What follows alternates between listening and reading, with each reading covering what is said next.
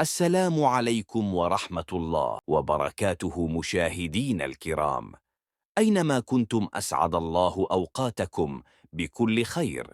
يقول الله تعالى في كتابه العزيز: وعاشروهن بالمعروف.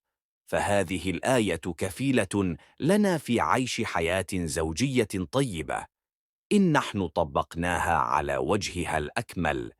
وأن من المعاشرة بالمعروف احترام الزوجة وتوقيرها والرفع من شأنها، وهذا من شأنه يجعل المرأة تبادل زوجها بنفس الأسلوب، وهذا ما جاء في ديننا.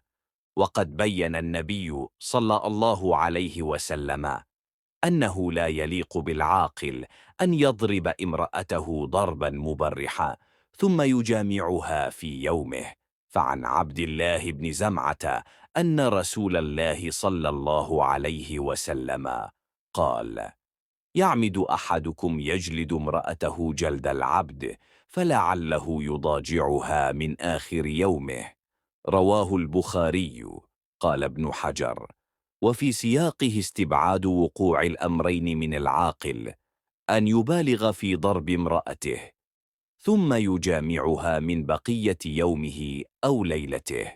والمجامعة أو المضاجعة إنما تستحسن مع ميل النفس والرغبة في العشرة، وهذا العنف غالبا ينفر من العلاقة الزوجية ويشكل هروب نفسي. فوقعت الإشارة إلى ذم ذلك، وأنه إن كان ولا بد فليكن التأديب بالضرب اليسير بحيث لا يحصل منه النفور التام. والرجل العاقل دائما ما يتعامل بالتي هي أحسن وباللين وبالمعاملة الطيبة، وهذا ينطبق على الزوجة كذلك. يجب عليها أن تتجنب كل ما يغضب زوجها ويبعده عنها.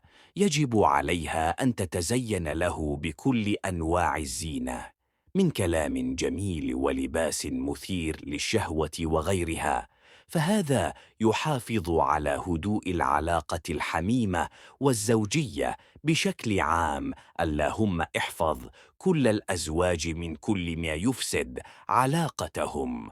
والسلام عليكم ورحمة الله وبركاته.